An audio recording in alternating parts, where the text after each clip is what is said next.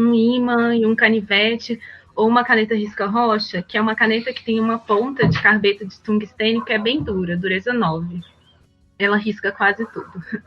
E a gente vai observar os minerais nas rochas, né? Raramente vão ser exemplares super bem formados e grossos dos minerais. Então a gente tem que identificar com a cor, a forma, as clivagens e fraturas, a dureza ao tentar riscar com o canivete ou com a caneta risca-rocha.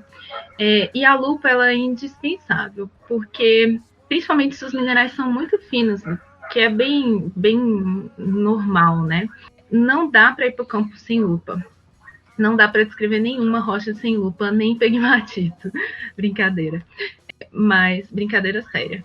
Às vezes, a densidade ajuda também, porque, por exemplo, no caso da galena, que é um sulfeto de chumbo, ela é bem densa. E a gente consegue identificar ela ou diferenciar de outros minerais, porque ela vai ser bem mais pesada, mesmo sendo pequenininha. Alguns minerais são muito legais, assim, porque eles têm propriedades que são fáceis de se identificar. É o caso da magnetita e da pirrotita, por exemplo, que são paramagnéticas. Então, é só aproximar o ímã que você consegue identificar. A calcita também é desses mais bacaninhas, porque ela se dissolve com ácido clorídrico, que também é uma ótima ferramenta para geóloga ou geólogo de campo. Tem o talco também, que tem um tato untuoso, né? Que é quando você vê um afloramento de esteatito, por exemplo, que é a famosa pedra-sabão, você não consegue nem andar em cima de tão mole e escorregadio que é o afloramento. E tem também, por exemplo, a lita, que tem gosto de sal, mas tem que ter muito cuidado, porque não pode colocar qualquer coisa na boca, principalmente no campo, né? Galera, agora eu irei comentar sobre os principais minerais formadores das rochas na crosta terrestre, que é a camada da Terra mais externa e próxima da superfície, é justamente por isso é a porção da Terra que entendemos melhor. Vocês sabiam que ela é tão fina em relação ao restante do planeta que pode ser comparada à espessura da casca de uma maçã em relação à maçã inteira? Pois é, pessoal, ela tem de 5 a 70 km de espessura. A espessura é maior onde há grandes montanhas e menor nas fossas oceânicas. Portanto, a crosta divide-se em crosta continental e oceânica, e as duas apresentam composições diversas. A crosta terrestre, no geral, é formada basicamente de óxido de silício, alumínio, ferro, cálcio, magnésio, potássio e sódio.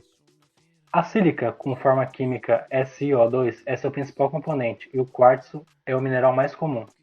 Agora, sendo mais específico, a crosta continental é formada essencialmente de silicatos aluminosos e tem composição global semelhante ao do granito, que é formado pelos minerais quartzo, plagioclásio e feldspatos alcalinos como o ortocrásio e o microclínico.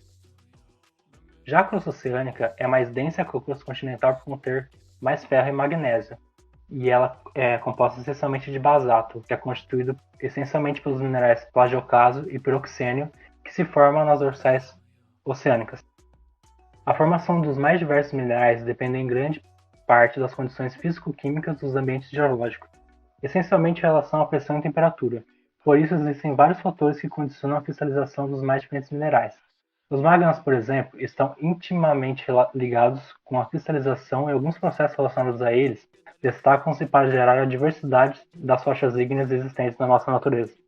E quais seriam esses processos, Polly? Como eles implicam na formação dos diferentes minerais? Você podia explicar um pouco sobre por que é tão importante? Posso sim. A diversidade de minerais em rochas magmáticas está ligada à composição dos magmas formadores dessas rochas, que podem variar, então, desde mais máficos, que seriam mais ricos em minerais escuros e mais ferromagnesianos, como o piroxênio, por exemplo, a félsicos, que são magmas mais ricos em minerais mais claros, mais silicáticos, como o quartzo.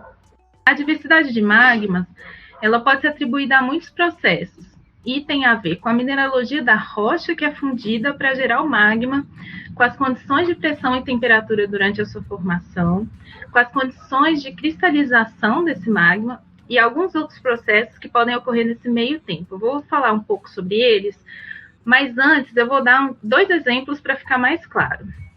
O primeiro exemplo seria em cadeias mesoceânicas, ou seja, onde ocorre a formação do assoalho oceânico devido à extensão causada pelos movimentos de placas tectônicas.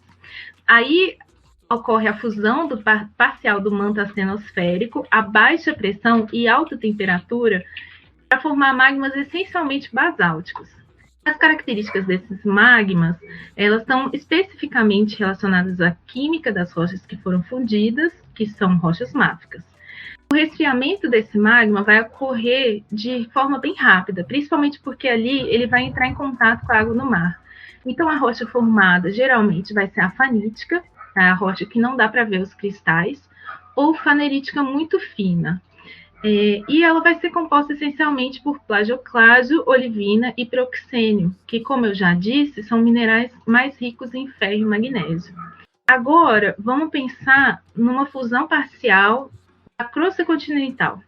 Essa fusão parcial ela pode ocorrer, por exemplo, quando há colisão de duas placas continentais e, consequentemente, espessamento da crosta, com o aumento da pressão e da temperatura nas regiões mais profundas, que leva à fusão das rochas crustais na presença de água. O magma formado aí, ele vai ser mais aluminoso e silicático que o magma formado nas cadeias mesoceânicas, já que a gente sabe que as rochas crustais têm essa característica.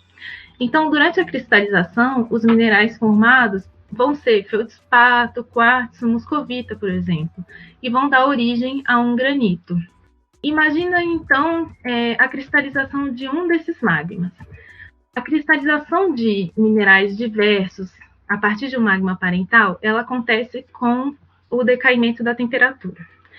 Primeiro cristalizam os minerais de mais alto ponto de fusão, que são os mais ferromagnesianos, resultando em cristais e magma residual que tem, separadamente, composição diferente à do magma original, esse magma parental. E com o avanço desse processo, progressivamente a gente vai ter cristalização de minerais mais félsicos. É a série de Bowen ocorrendo, né? Quem não sabe do que eu estou falando, série de Bowen, pode olhar no material complementar do WordPress de vocês. Bom, essas fases minerais fracionadas, elas podem se concentrar e formar rochas de diversas composições através de vários processos, como, por exemplo, decantação de cristais mais pesados em camadas do fundo da câmara magmática, ou flotação de cristais mais leves nas camadas mais para o topo da câmara, ou mesmo transporte e separação desse magma residual para fora da câmara magmática. Então, vamos imaginar o exemplo do magma granítico crustal, que eu acabei de mencionar. Durante a cristalização, o primeiro mineral que vai se formar a partir desse magma vai ser o ortoclásio, conforme a série de Bowen, né? Que é o feldspato rico em potássio. Depois vai se formar a muscovita e, por último, o quartzo. No momento que o ortoclásio se cristaliza, o magma residual vai ficar empobrecido em potássio. E aí, se houver, por exemplo, uma descompressão da câmara magmática que resultar na migração desse magma residual, ele vai dar origem a uma rocha com pouco ou nenhum ortoclásio, muito rica em muscovita e quartzo. Essa é a cristalização fracionada, gerando a diversidade de magmas, né? Uma outra possibilidade também é a mistura de magmas. Por exemplo, magmas máficos e félsicos. Eles podem se misturar, formando composições intermediárias, que vão dar origem às rochas que a gente conhece como andesitos ou dioritos, que ao cristalizar formam anfibólio, biotita e albita. Os magmas, eles podem se misturar, mas eles também podem se desmisturar. Duas fases magmáticas podem ser tão immiscíveis como água e óleo, a depender das condições físico-químicas. E esses magmas, quando separados, eles vão dar origem a rochas quimicamente e mineralogicamente distintas das rochas que originaram o magma parental. Por último, né, vale lembrar da contaminação dos magmas. O magma quente e fluido, ele pode assimilar pedaços de rochas encaixantes conforme ele faz o seu caminho de ascensão ao longo da crosta. A depender da química do magma e das rochas encaixantes, o resultado pode ser uma mineralogia totalmente diferente do que seria gerada a partir do magma parental original. Com a solidificação de algumas rochas, outros processos também podem recristalizar, ou seja, transformar minerais, como por exemplo o metamorfismo. E do mais, fugindo um pouco das rochas ígneas que a gente está tratando aqui, a cristalização do mineral alita, que tem a fórmula química NaCl, sendo, portanto, o sal de cozinha em gema que a gente conhece, ocorre pela precipitação química dos sais dissolvidos em água devido à intensa evaporação. Dessa forma são formados os depósitos salinos, de onde nós produzimos o sal de cozinha que eu comentei antes. Poli, eu fiquei com uma curiosidade aqui. Como você acha que esses minerais podem ser inseridos, tipo, no dia a dia das pessoas? Como um ouvinte, assim, tá escutando isso, mas ele vai perguntar, tá, mas o que eu vou fazer com isso? Como os minerais se encaixam no meu dia a dia? É muito legal porque a gente esquece que várias coisas que a gente usa são minerais, né? Você já falou, Everton, do sal de cozinha, né? Que é uma das coisas mais básicas, assim, que todo dia praticamente a gente come e são minerais, né? Tem os minerais que fazem parte de materiais, né? E aí são diversos minerais, desde minerais metálicos. O quartzo mesmo, ele é usado como areia, né? Para material de construção.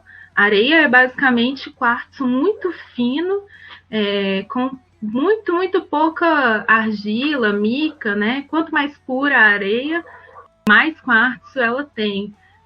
Outros diversos materiais de construção usam minerais, né? Como calcita, que é usado para fazer parte do cimento, né? O cal do cimento.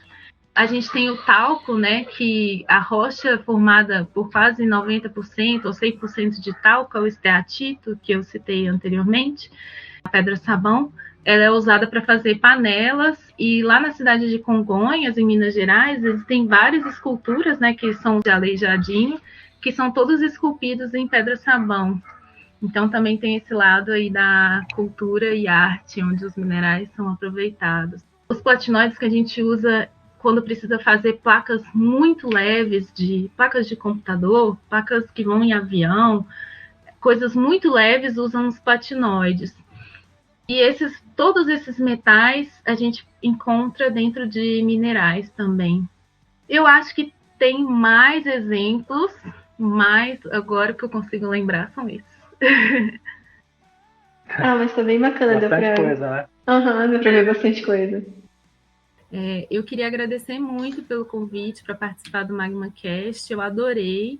Eu achei muito bacana a iniciativa, muito legal, e eu espero que seja um sucesso e que outras disciplinas tenham essa mesma iniciativa de explorar mídias diferentes assim com os alunos, que foi muito legal.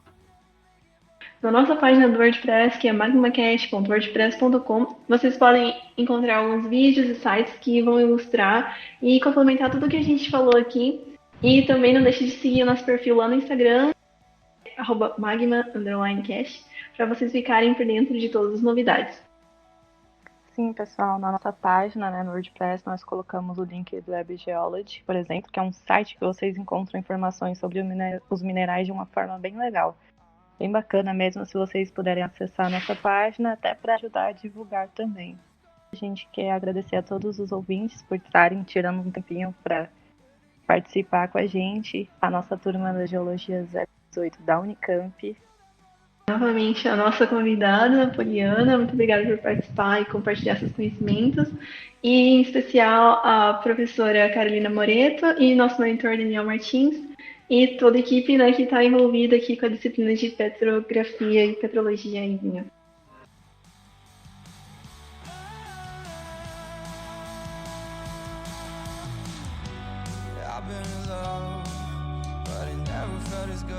Chasing the sun. I've been